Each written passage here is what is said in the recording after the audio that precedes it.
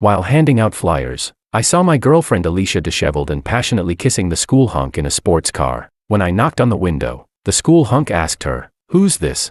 Alicia, leaning against him, said, "Just a simp. If you don't like it, I'll break up with him right away." After kissing the school hunk, she didn't even look at me and turned away. The school hunk licked his lips where my girlfriend had kissed and mocked. "Leave. Beauties only belong to the strong." I asked, "I don't care about my girlfriend, but why are you in my car?"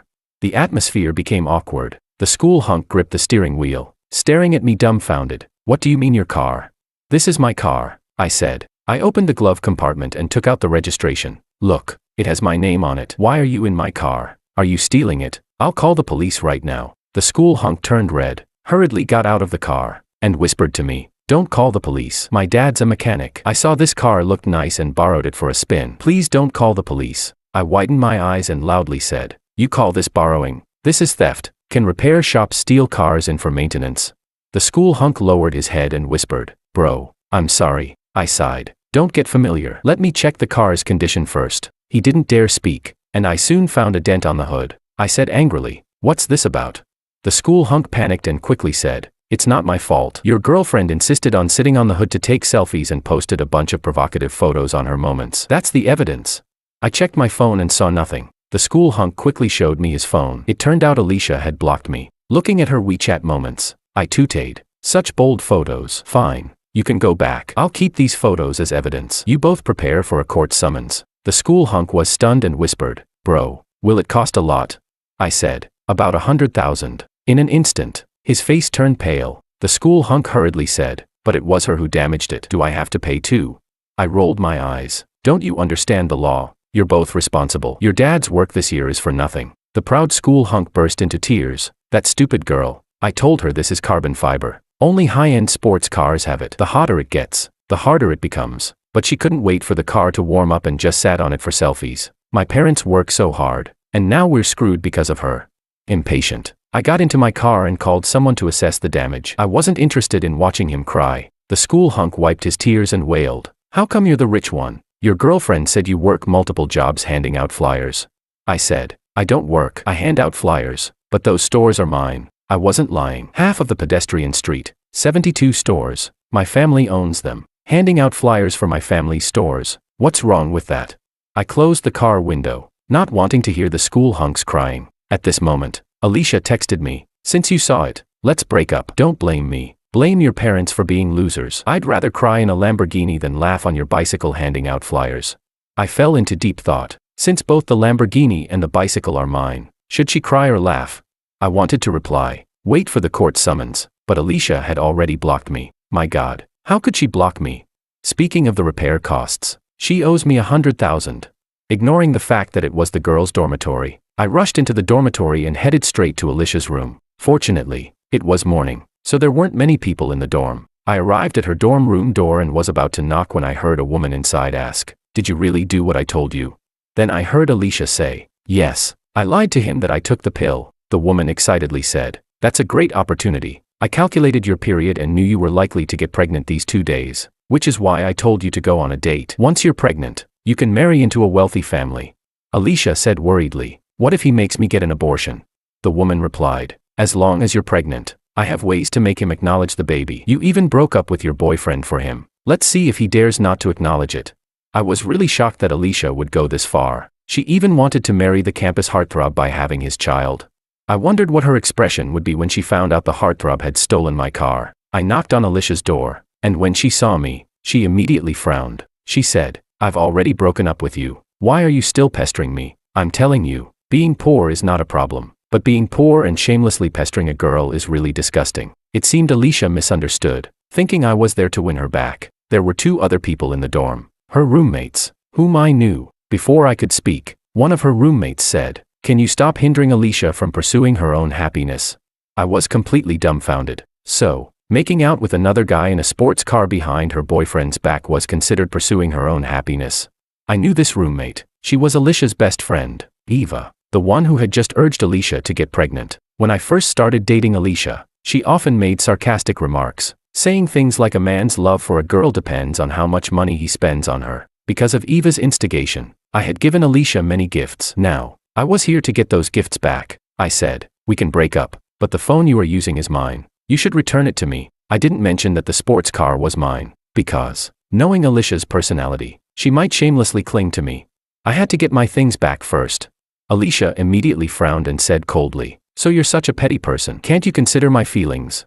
I was speechless. It's not that I'm petty, but you've already wronged me. Why should I care about your feelings?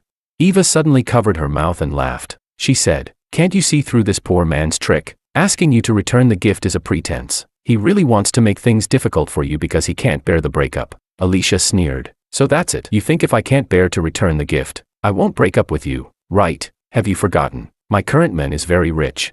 She raised her head proudly, and Eva added fuel to the fire. "Don't be afraid, sis. I just checked. The heartthrob's Lamborghini costs millions. Buying you a new phone is nothing to him."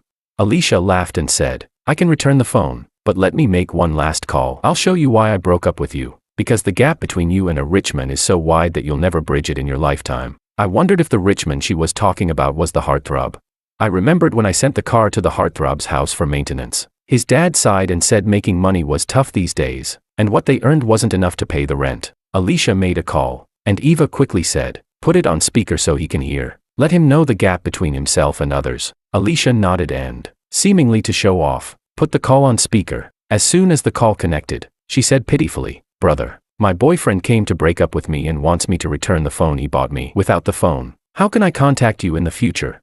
However, the heartthrob didn't indulge her. On the other end of the line, the heartthrob yelled angrily, "You damn bitch, don't let me see you again, or I'll beat you every time I see you." In an instant, both Alicia and Eva were stunned. The call was abruptly cut off, and Alicia stared at her phone, unable to say a word. Eva quickly reacted. She angrily grabbed a book from her bed and threw it at me, shouting, "Did you badmouth my best friend downstairs?" When Alicia heard this, she was furious and started shaking. "Yeah, he wasn't treating me like this before. You must have slandered me. How despicable and disgusting can you be?" I impatiently said, "I didn't badmouth you. Just give me back my things." "If you didn't badmouth me, why would he suddenly treat me like this?" I was speechless, because Alicia posted coquettish selfies sitting on the hood of his car. The heartthrob had ended up with thousands in debt. Given his family's income, how could he not be angry?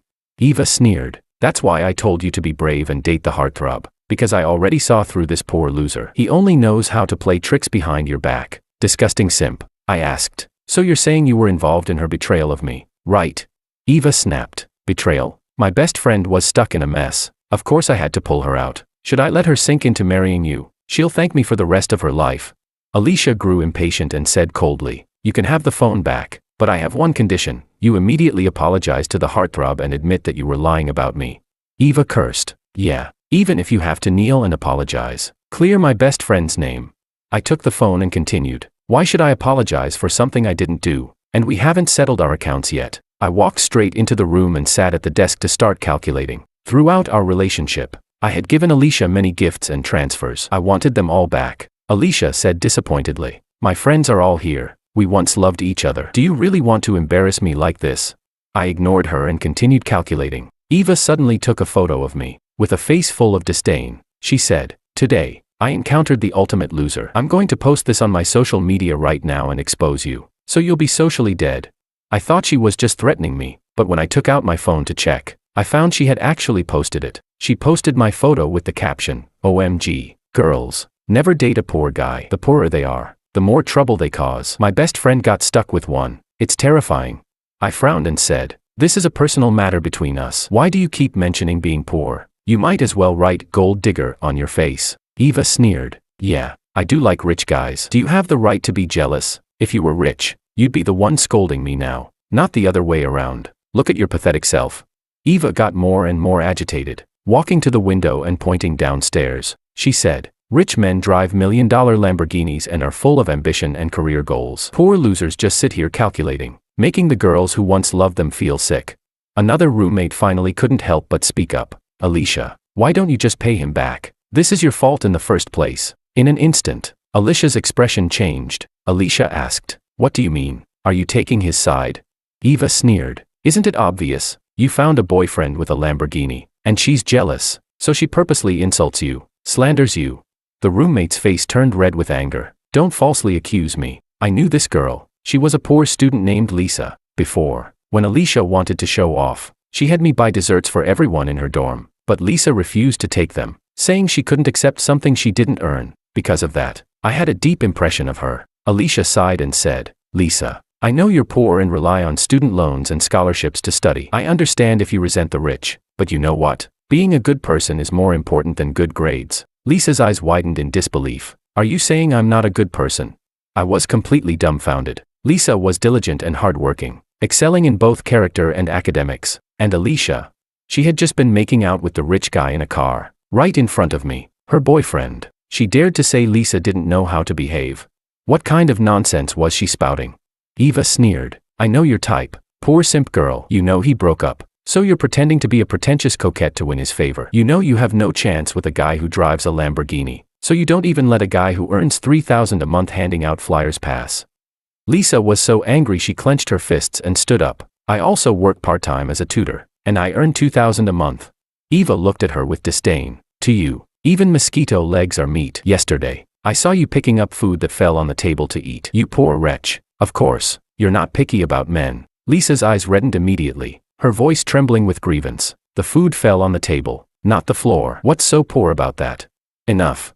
Alicia's shout interrupted us. She slammed her phone on the table and said to me, You really embarrass me. My biggest regret is dating you. Hurry up and settle our accounts. Then I can go explain to my new boyfriend. Eva quickly said, Don't be afraid, sis. I'll go with you to explain. The rumors will be quashed, and you'll still be the little darling of a rich man. I couldn't be bothered with these two anymore and focused on calculating our accounts. Of course, I didn't include the repair costs of the sports car. I was afraid Alicia might shamelessly try to reconcile with me. In the end, I figured it out. In the year we dated, I had given Alicia gifts and transfers totaling $18,000. After doing the math, I was stunned. Dating really costs a lot of money.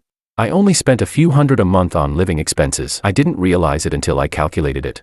Not only was I shocked, but Alicia and Eva were also a bit stunned. After all, they were students. Where would they get over $10,000? At first, they didn't believe it, but after checking several times, they finally confirmed my calculations were correct. Alicia looked a bit troubled. $18,000. I can't come up with that right now. Eva panicked and quickly said, Don't be scared, sis. I'll help you pay it back. Your attitude towards this loser now will determine how the heartthrob sees you. Even if we have to borrow from loan sharks, we'll pay the money back. You need to cut ties with this poor guy to have a chance to marry into a wealthy family. Alicia was eventually swayed by Eva's words. She nodded and said, Okay, we'll find a way to borrow it. My family mustn't know, or my parents will kill me. I didn't know what to say. If $18,000 would get her killed, what would happen when the nearly $100,000 repair bill for the sports car got sent to her house? Her parents would probably want to grind her bones to dust. Alicia and Eva immediately started contacting people to borrow money. Surprisingly, it was quite easy for them to borrow money. Classmates each gave a few hundred, lending it to Alicia. Even Alicia was amazed at how easily she could get the money. She couldn't help but say, I have a good reputation. Everyone is willing to lend me money. Eva laughed. It's because of your selfies on social media. You're sitting in a sports car worth millions. Of course, people are willing to lend you this small amount of money. Alicia suddenly realized. She glanced at me and said, Do you see that? That's the true charm of a real man, making everyone admire him and lend me money, hoping to befriend him. If I were still with you, would anyone reach out to help me when I'm in trouble? Eva sneered. Trouble? Being with him is already the biggest disaster in life. They kept borrowing money and finally managed to collect over $8,000. But there was still a $10,000 gap. Eva gritted her teeth and said, I know a guy from the underworld. He can lend me the money, but if we can't pay it back, it'll be terrible. Alicia asked worriedly, What happens if we can't pay it back? Eva replied, Don't worry about that for now. Your new boyfriend is so rich. $10,000 is nothing to him. Eva quickly contacted the so-called underworld person, who appeared to be a professional private lender. He handed over $10,000 without hesitation. After they managed to gather enough money and returned it to me, Alicia threw the phone at me angrily and said, Satisfied now? Get lost. From now on, we should have nothing to do with each other. I nodded and turned to Lisa, saying, Can you come out with me for a moment? Lisa looked at me in surprise, seemingly not understanding why I was calling her. Eva immediately sneered. I knew these two had something going on. As soon as you paid him back, they hooked up. I felt a wave of helplessness. The reason I wanted to talk to Lisa was that she worked in the student council and had the contact directory. Since I planned to send a court summons to Alicia's family, I definitely needed her home address. Lisa blushed deeply, lowered her head, and followed me out. Eva mocked again. You're really following him out? You only deserve Alicia's leftovers. Lisa was almost in tears. I don't have any such intentions. Eva cursed. Pretentious coquette. Keep pretending. No wonder your family is so poor. It's genetic. Look at you trying to please even a guy who hands out flyers. You're so undiscriminating. It's clear what kind of people your parents are. Alicia looked at us with disdain and sneered. Good thing I broke up with him. This useless man is all yours. Let me give you a word of advice. A whore and a dog. May they last forever. I led Lisa out of the dormitory and into the hallway. Lisa whispered. I only spoke up because I was angry. Don't read too much into it. I just want to study hard. I don't have the intentions they said. I nodded. I know. You have to get scholarships and work as a tutor. You don't have time for romance. Lisa asked curiously. Then why did you ask me to come out? I said. I know you have the contact directory. Can you give me Alicia's home address? Lisa immediately panicked. What do you plan to do? Don't do anything reckless. She seemed very worried and even grabbed my hand in her anxiety. Lisa looked into my eyes and said seriously, we may be poor, but we have dignity. Others are at fault, but don't ruin your future because of their mistakes. The atmosphere grew silent, and I didn't know how to respond. Did this girl think I was planning to go down with Alicia's family?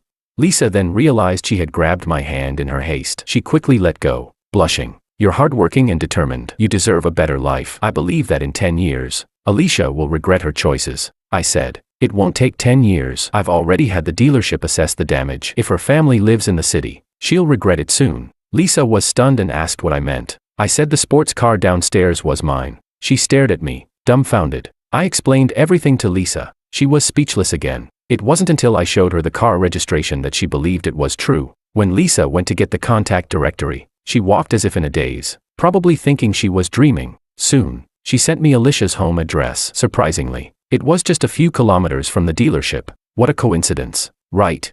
I called the dealership, and they told me they'd deliver the damage assessment within 10 minutes. Wait, I suddenly remembered. Alicia had given me back her phone. How would I contact her for debt collection later? I decided to temporarily return the phone to her. I went back to Alicia's dormitory. When she saw me return, she asked irritably, "Why are you back?" I said, "I know you don't have a phone. You can borrow this for a couple of days." Eva immediately clutched her chest, pretending to retch. I'm going to puke. I was right. This simp is doing it on purpose, trying to play this on again, off again game with you. Alicia snapped. Do you really take me for a fool? Can you stop pestering me? You're embarrassing me in front of my friends. Just then, Eva's phone rang. Eva took out her phone and said puzzled, Alicia, why are your parents calling me? I was taken aback. The dealership works fast. It seemed Alicia's parents couldn't reach her, so they contacted Eva. Alicia took the phone and asked, Mom, what's wrong? This time, Alicia didn't put the call on speaker, but her mother's yelling was loud and clear. Don't call me Mom. Do you know how much your father and I make? You've ruined us. The sudden scolding left Alicia stunned. She quickly said, Mom, what did I do? Alicia walked to the corner of the dormitory with her phone. As she talked, she suddenly burst into tears. Eva hurriedly asked, Sis, what's wrong?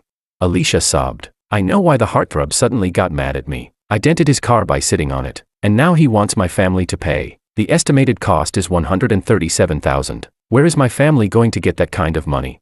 Eva was equally stunned. How is that possible? Just by sitting on it, it got dented.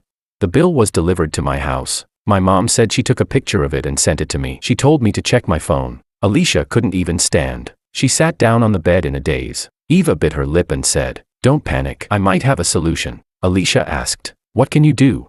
Eva said, At this point, we need to see if you're pregnant. If you are, and you're carrying his child, would he really dare to ask you for the repair costs? Alicia immediately nodded. Right. Even if he doesn't care about me, he has to care about the baby, right? Eva said excitedly, If he dares to ask you for the repair costs, go make a scene at his house. Alicia sighed deeply. I initially wanted to use the baby to marry into a wealthy family. Who knew it would only end up covering repair costs? Eva consoled her. Hundreds of thousands of isn't a small amount. Your parents would need 2 years to earn that. And who says you can't marry into a wealthy family? Maybe his parents will insist on you getting married, and not only will they cover the repair costs, but they might even gift you a car. I wondered if I should remind Alicia out of past affection about her getting pregnant with the heartthrob's child. It certainly wouldn't exempt her from the repair costs. I started to speak, but before I could say anything, Alicia shot me a venomous look. She walked over, snatched the phone from me, and said, Don't say a word. Get lost. I don't want to hear your voice. I'm already in a bad mood. Eva also snapped impatiently. Yeah, can you get lost? We're trying to figure out how to calm the heartthrob down. I awkwardly said. How about you read the documents first? Eva yelled at me. Get lost, loser. We have nothing to talk to you about. If you keep pestering Alicia, we'll accuse you of harassment and see you in court.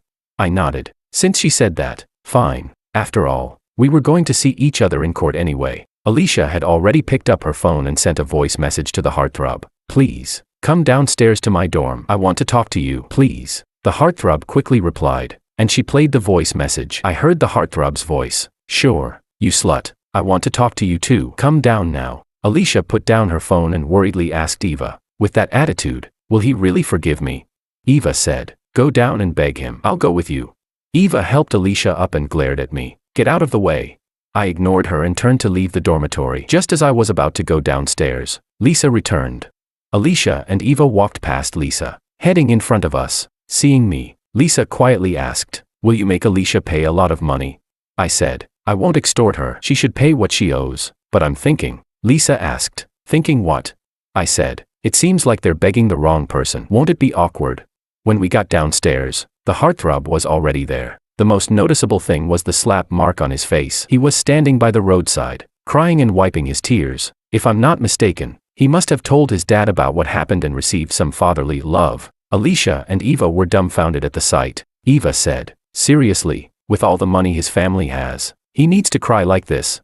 Alicia said, maybe he really loves that car. When I went on dates with him, he always took great care to protect it. Eva sighed. They say a car is a man's second wife. It must be true. I rolled my eyes. I don't treat my car like a wife, and why wouldn't he protect it? It's my car. Alicia quickly approached him, looking pitiful. Baby, let me explain. Explain to your grandfather. You bitch. The heartthrob finally couldn't hold back his frustration. He rushed forward, grabbed Alicia's hair, and slapped her hard across the face. Neither Alicia nor Eva expected the heartthrob to hit her. Eva hurried over to try to break it up, while Alicia, feeling wronged, said, baby, hit me if you're upset. It's my fault. I'll never do it again. Can I make it up to you for the rest of my life? I don't need your compensation. The heartthrob was so angry he started punching Alicia in the face. As he continued hitting her, both Alicia and Eva realized something was seriously wrong. The students watching were all shocked. Just a moment ago, Alicia was stepping out of a sports car, admired by everyone. Now, in front of all these people, she was being beaten by the heartthrob, who had her by the hair, punching her face repeatedly. Eva shouted anxiously, you're hitting her too hard. She's a girl. The heartthrob hit so hard he knocked out one of Alicia's front teeth. Alicia, missing a tooth, covered her mouth in disbelief and spit out some blood. She quickly bent down to pick up the tooth, crying out, stop hitting me. My tooth is knocked out. Eva, go get some milk. I nodded and said, smart. If you put a knocked out tooth in milk quickly, there's a chance it can be reattached. Lisa turned to me, saying incredulously, are you taking pleasure in this? I said, how could I? We were in love once. Seeing her like this makes me sad too. Lisa asked, then why are you smiling? I said, I'm just naturally cheerful. People who smile often tend to have good luck. During this beating, Alicia finally remembered me. Covering her mouth, Alicia cried out to me, you're really not a man. Look at how badly I've been beaten, and you still won't help me. I replied seriously, you just told me not to harass you, or we'd meet in court. The heartthrob, who seemed overwhelmed earlier, finally noticed me when I spoke. He let go of Alicia and walked toward me. Eva quickly said, heartthrob, I know you're upset, but do you know how much Alicia has suffered for you? Just now, this loser was bullying her. If she didn't love you so much, would she have put up with this? The heartthrob angrily shouted, shut up, your whole family are losers. Eva didn't dare say another word. It was strange. She had been so aggressive in front of me, but now, facing her rich idol, she was unusually obedient. The heartthrob stood in front of me. I wondered how he would apologize, but then he did something unexpected. In front of everyone, he suddenly knelt down. With tears in his eyes, he cried, bro, I'm sorry. Please forgive me. At that moment, the world seemed to fall silent. Everyone stared at me in shock. The students were dumbfounded. Eva trembled with disbelief. Lisa said nothing, keeping her head down. Alicia, covering her mouth where a tooth was missing, suddenly had blood streaming from her nose. She tried to sniff it back, but ended up choking on it and coughed painfully. No one expected things to turn out this way. Honestly, even I hadn't expected it. I sighed and said, if you'd known this would happen, why did you do it in the first place? Eva asked in a daze, why are you apologizing to him? I said softly, yes, tell everyone why you're apologizing to me. The heartthrob, still crying, said, I shouldn't have stolen your car to show off. I shouldn't have stolen your girlfriend. I'm despicable and disgusting. Please forgive me, I told my dad. But he said our family is already struggling with rent and can't pay for the damages. I nodded and said, your dad works really hard. That's why I sent my car to your family's repair shop. Who would have thought that such a diligent mechanic would raise a son like you? The heartthrob broke down. I'll never do it again. If you can give us more time to pay, I'll do anything you ask. Alicia was stunned. She muttered, what repair shop? What car maintenance? What's stealing a car?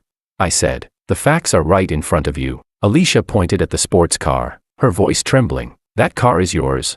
I nodded. Yes, it's my car. Her expression froze. Then her lips quivered as she burst into tears. How can you be the rich one? Weren't you the flyer guy? I do hand out flyers, but those are all for my shops. Ignoring her bleeding nose and missing tooth, Alicia hurried to my side, limping. She grabbed my arm, crying, baby, let me explain. I said coldly, I'm not your baby. We're already broken up. I reached out and placed my hand on the heartthrob's shoulder. He swallowed hard, looking at me pleadingly. I said, this is your fault, not your dad's. In fact, I should thank you because you showed me my girlfriend's true colors. You helped me, so I'll help you this once. I thought for a moment and continued, you'll graduate next year. You can negotiate the compensation amount, and once you start earning, I'll allow you to pay it back over 3 years. The heartthrob, surprised, asked, really? I nodded and said, yes, it's your mistake, not your father's to pay for. But knocking out her front tooth is going to cost you a lot. The heartthrob said viciously, I'm not paying a cent. At worst, I'll go to jail and get a record. Anyway, I won't pass any civil service exams. I asked, are you really willing to go to jail rather than pay her a cent? The heartthrob replied, yes, this bitch doesn't deserve my compensation. I patted his shoulder hard and laughed. See, now you're being sensible. I'll waive 1,000 as a reward. Alicia was already dumbfounded. She whimpered, baby, I was really wrong. Can you give me another chance? It's all. She turned around quickly and pointed at Eva, cursing, it's all because of this bitch. Eva didn't respond, her face blank. Alicia cried, you told me to do this. I loved my boyfriend so much. Why did I fall for your tricks? I was tired of watching her drama. I said, remember to take the morning after pill. Don't actually get pregnant. It's not because I care about you, but because I know with your personality, you'd definitely have an abortion if you got pregnant. I don't want an innocent life to be killed before it even sees the world because of your bad character. At that moment, Alicia's face turned ashen. Eva suddenly started crying. She said, are you not going to repay the money I just helped you borrow? Alicia completely turned on her. You caused all this misery. Why should I pay you back? Eva also broke down in tears. I have to repay that money, or I'll be beaten to death. I casually said, if you're afraid of owing money to a loan shark, then just pay it back. Eva cried again. Where am I supposed to get 10,000? Lisa clenched her fists in anger. She said furiously, you mock me for eating food off the table, but your own family doesn't even have 10,000. You're poor too. So why do you bully other poor people? You deserve this.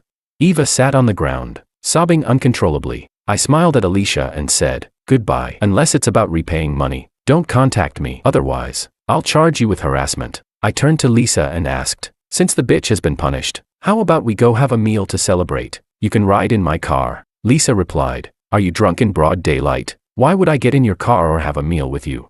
Realizing she had a point, I awkwardly scratched my nose. I got into my sports car and drove off.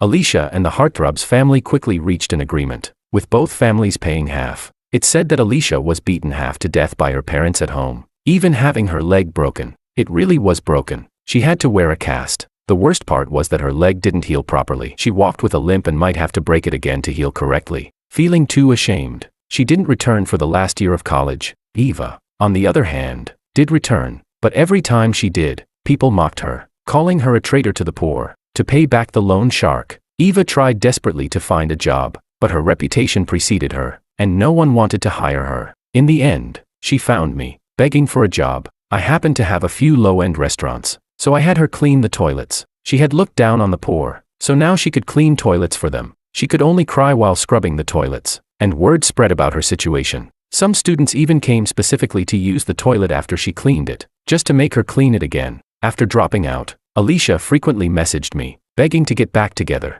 I blocked her, but she would just switch numbers and continue to harass me. Eventually, I did as she wished and sued her. That finally scared her off, and she stopped contacting me. As for Lisa and me, nothing happened between us. She was a self-reliant and disciplined girl, different from Alicia and her crowd. During the last year of college, Lisa didn't contact me at all. After graduation, she went back to her hometown to teach. She said there were many poor children in her hometown, and she wanted to help them. I admired her character and reached out to her a few times, but she wasn't interested in dating. The only time she asked for my help was to see if I could organize a clothing drive for the children in her area. I donated some old clothes, and after that, we didn't stay in touch. I often think about what she said, about having dignity. That remarkable girl. I hope her life takes her far.